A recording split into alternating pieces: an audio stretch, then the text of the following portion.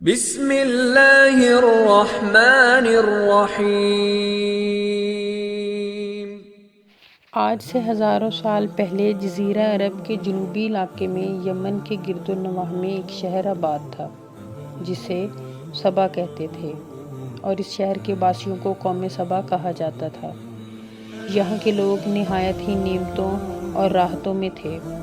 ہر طرف لہلہاتی فصلیں اور پھلوں سے لدے ہوئے درخت موجود تھے، مگر یہ قوم شرک میں مبتلا تھی اور سورج کی پرستش کرتی تھی، جبکہ بعض روایات کے مطابق یہ لوگ مجوسیت سے تعلق رکھتے تھے اور ہر روشنی کی پوجا کرتے تھے۔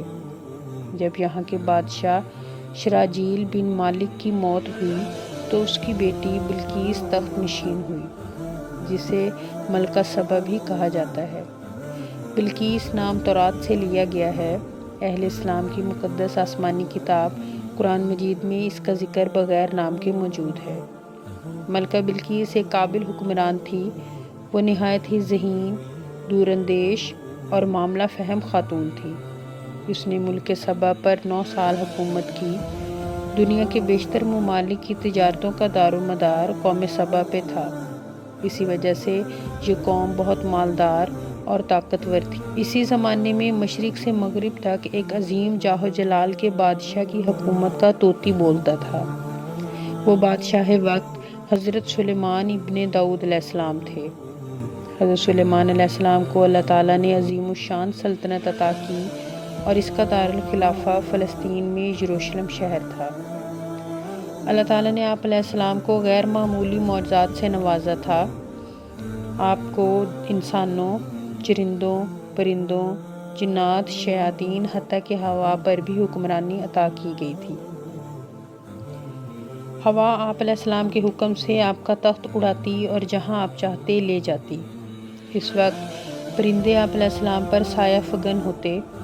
ایک مرتبہ حضرت سلیمان علیہ السلام کا دربار لگا جس میں تمام جن و انس، جانور، چرند و پرند سب حاضر تھے، لیکن ان کا چہیتا پرندہ ہدہد غائب تھا۔ آپ علیہ السلام نے کہا کہ ہدہد کہاں ہے؟ اگر وہ اپنے غیر حاضر ہونے کی معقول وجہ بیان نہیں کرتا تو اس کو سخت سزا دی جائے گی یا پھر ذبح کر دیا جائے گا۔ ہدہد کی غیر حاضری کے متعلق 2 روایات زیادہ مشہور ہیں۔ ایک یہ کہ آپ علیہ السلام کا تخت کسی ایسی جگہ جہاں آبادی نہ تھی رکا اور آپ کو پانی کی ضرورت محسوس ہوئی۔ چونکہ ہدہد آپ کے عسکری لشکر کے ہراول میں شامل تھا اور اس کا کام بے آب و گیاہ زمینوں میں پانی تلاش کرنا تھا، کیونکہ اللہ تعالیٰ نے ہدہد کو یہ خوبی عطا کی ہے کہ زیر زمین پوشیدہ چیزوں اور پانی کو دیکھ سکتا ہے۔ اسی خاصیت کی وجہ سے ہدہد آپ کا چہیتا پرندہ تھا، اور جب ہدہد کو غیر حاضر پایا تو سخت برہم ہوئے۔ دوسری یہ کہ آپ علیہ السلام کا تخت شاہی ہوا کے دوش پر سفر کر رہا تھا اور پرندے آپ پر سایہ کیے ہوئے تھے، لیکن ہدہد کی جگہ خالی ہونے کی وجہ سے وہاں سے دھوپ آپ علیہ السلام کے تخت پر پڑ رہی تھی۔ تبھی آپ علیہ السلام کو ہدہد کی غیر حاضری کا علم ہوا اور آپ نے اسے سزا دینے یا ذبح کرنے کا ارادہ کر لیا۔ یہ گفتگو ابھی جاری ہی تھی کہ اسی وقت ہدہد اڑتا ہوا آپ کی خدمت میں حاضر ہوا۔ پوچھا گیا کہ تم کہاں تھے؟ تو ہدہد نے نہایت احترام سے جواب دیا کہ اے پیغمبر خدا، میں ایک اہم خبر لایا ہوں۔ میں اڑتے اڑتے ایک ایسے شہر پہنچ گیا جہاں لوگ شرک و گمراہی میں مبتلا ہیں۔ وہ سورج کی پوجا کرتے ہیں۔ اس ملک کی ملکہ کا نام بلقیس ہے۔ وہ ایک بہت بڑے تخت پر بیٹھ کر حکومت کرتی ہے۔ اس کے تخت میں قیمتی ہیرے، جواہرات، لال و زمرد جڑے ہوئے ہیں، اور اس کے پاس تمام شاہی سامان آرائش و زیبائش کے لیے موجود ہے۔ حضرت سلیمان علیہ السلام نے فرمایا، میں تمہاری اس خبر کی تصدیق کروں گا۔ بعض مفسرین کے بیانات سے پتہ چلتا ہے کہ یہ ہدہد یمن کے ہدہد سے خبر لایا تھا۔ ہدہد سلیمان کا نام یافور اور ہدہد یمن کا نام انفیر تھا۔ حضرت سلیمان علیہ السلام نے ملکہ بلقیس کے نام ایک خط ہدہد کے ذریعے روانہ کیا اور کہا کہ یہ خط ملکہ تک پہنچاؤ اور پھر سنو کہ وہ کیا کہتی ہے، اور مجھے اس کے رد عمل کے بارے میں آگاہ کرو۔ حضرت سلیمان علیہ السلام نے ملکہ بلقیس کو جو خط لکھا اس کے کلمات کچھ یوں ہیں: شروع اللہ کے نام سے جو نہایت مہربان اور رحم کرنے والا ہے۔ یہ عزت والا خط سلیمان ابن داؤد کی طرف سے ملکہ سبا بلقیس کی طرف ہے۔ جو ہدایت کی پیروی کرے اس کے لیے سلامتی ہے۔ مجھ پر غلبہ اختیار نہ کرو، میرے مقابلے میں سرکشی اختیار نہ کرنا، بلکہ فرما بردار اور مطیع ہو کر میرے پاس آ جاؤ۔ یہ خط دراصل ملکہ سبا اور اس کی قوم کی طرف دعوت اسلام کا تھا۔ ہدہد ملکہ بلقیس کے محل میں گیا اور اڑتا ہوا اس کمرے میں پہنچا جہاں ملکہ بلقیس اپنے تخت پر براجمان تھی۔ ہدہد نے یہ خط ملکہ کی گود میں ڈال دیا، پھر اس کی بات سننے کے لیے رکا۔ اس وقت حاضرین دربار کی تعداد تقریباً 300 تھی۔ انہوں نے جب یہ خط پڑھا تو طیش میں آ گئے اور کہا کہ یہ ہماری توہین ہے اور اس کا سخت جواب دیا جائے۔ ملکہ بلقیس نے، جو کہ انتہائی ذہین تھی، کہا، اس خط کی عبارت سے معلوم ہوتا ہے کہ یہ کسی عام شخص کا خط نہیں ہے، خدا کا کوئی پیغمبر ہے، لہٰذا ہمیں حکمت سے کام لینا چاہیے اور جاننا چاہیے کہ آیا وہ ایک بادشاہ ہے یا پیغمبر خدا۔ ان کی طرف تحائف بھیجے جائیں، اگر وہ قبول کر لیں تو وہ بادشاہ ہیں اور ان سے جنگ کی جائے، لیکن اگر وہ قبول نہ کریں تو ان کی اطاعت کی جائے کیونکہ وہ خدا کے پیغمبر ہیں۔ ہدہد نے یہ ساری گفتگو سنی اور آ کر حضرت سلیمان علیہ السلام کو مطلع کیا۔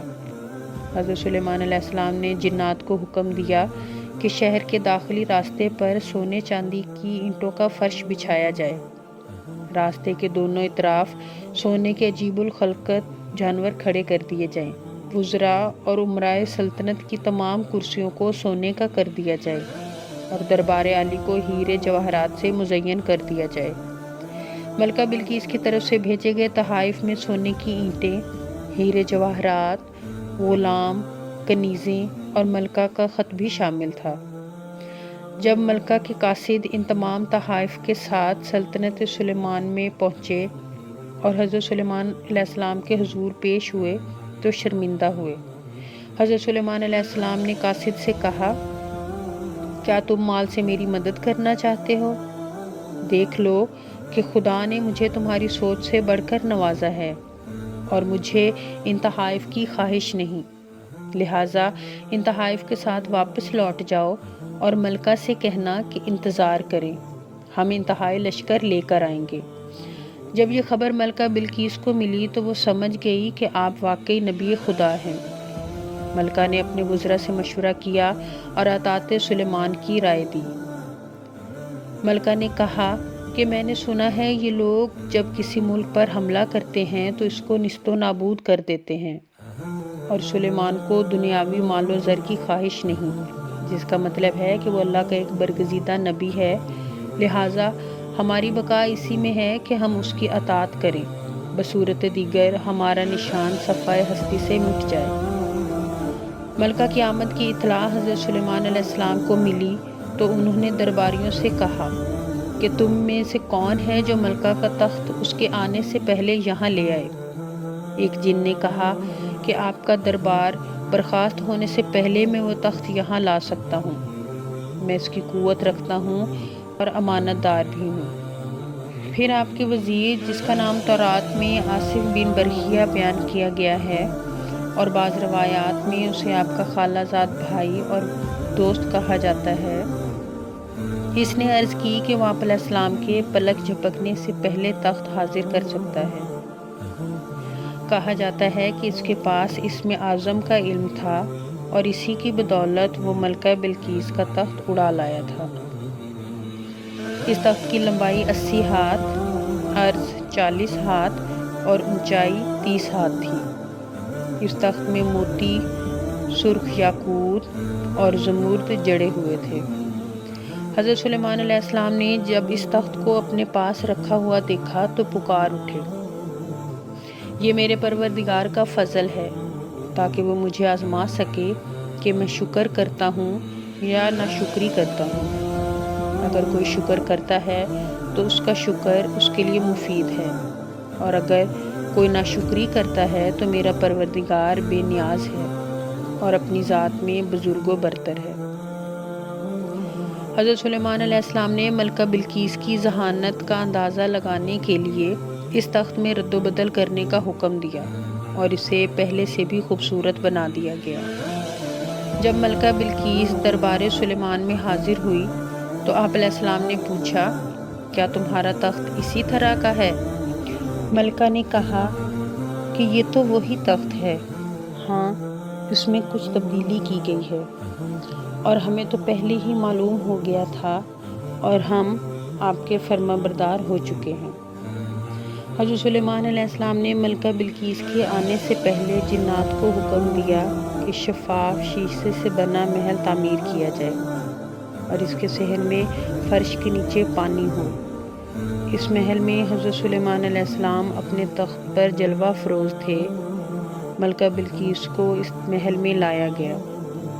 ملکہ بلقیس جو کہ حضرت سلیمان علیہ السلام کی حکومت کے سحر میں گرفتار تھی، سمجھی کہ صحن میں پانی ہے اور شاید یہ کسی مہمان کو خوش آمدید کہنے کی ان کی کوئی رسم ہو، لہٰذا پانی سے گزرنے کے لیے اس نے اپنی پوشاک کا کونا اٹھا لیا، جس سے اس کی پنڈلیوں کے بال واضح طور پر نظر آنے لگے۔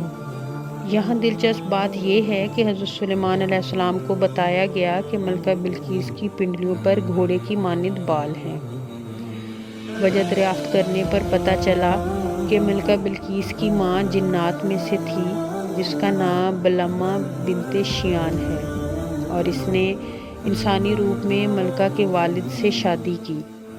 ملکہ بلقیس اسی کے بطن سے پیدا ہوئی، اسی لیے اس کی ٹانگوں پر بال تھے، اور اسی بات کی تصدیق کے لیے حضرت سلیمان علیہ السلام نے یہ فرش بنوایا۔ اس کے بعد حضرت سلیمان علیہ السلام کے شاہی حکیم نے ایک آمیزہ تیار کیا جس کے لگانے سے یہ بال ہمیشہ کے لیے ختم ہو گئے، اور اس کے بعد ملکہ بلقیس کی نسل سے تعلق رکھنے والی خواتین میں آج بھی پنڈلیوں پر بال نہیں ہوتے۔ اس واقعے کا دوسرا مقصد ملکہ بلقیس کو معرفت الہی سے روشناس کرانا تھا۔ ملکہ بلقیس کے اس عمل کے جواب میں آپ علیہ السلام نے فرمایا، یہ تو شیشے کا چکنا فرش ہے، جس پر وہ شرمندہ ہوئی اور بے ساختہ پکار اٹھی، اے میرے پروردگار، میں سورج کی پوجا کر کے خود پر ظلم کرتی رہی اور میں نے آپ سلیمان علیہ السلام کے ساتھ اللہ رب العالمین کی اطاعت قبول کر لی، اور بلقیس پر ظاہر ہو گیا کہ جس طرح وہ شیشے کے صحن کو پانی کی لہروں والا حوض سمجھ بیٹھی، اسی طرح اس نے اور اس کی قوم نے سورج کی چمک دمک دیکھ کر اسے خدا اور معبود سمجھ لیا، اور اسے اپنی اس فاحش غلطی پر نہایت شرمندگی ہوئی۔ مفسرین نے لکھا ہے کہ ملکہ بلقیس کے مطیع ہو جانے کے بعد حضرت سلیمان علیہ السلام نے اس سے شادی کر لی اور اسے ملک سبا کی حکمرانی عطا کی گئی۔ حضرت سلیمان علیہ السلام ہر ماہ ملکہ سے ملنے کے لیے ملک سبا جاتے تھے، جبکہ بعض مفسرین کے مطابق مطیع ہونے کے بعد ملکہ اپنے ملک لوٹ گئی اور حضرت سلیمان علیہ السلام نے اس کے لیے 3 محل تعمیر کروائے۔ اس کے ساتھ ساتھ ہدہد کو حضرت سلیمان علیہ السلام کی طرف سے تاج عطا کیا گیا جو اس کے سر پر موجود ہوتا ہے، اور اسے پرندوں میں برتری عطا کی گئی۔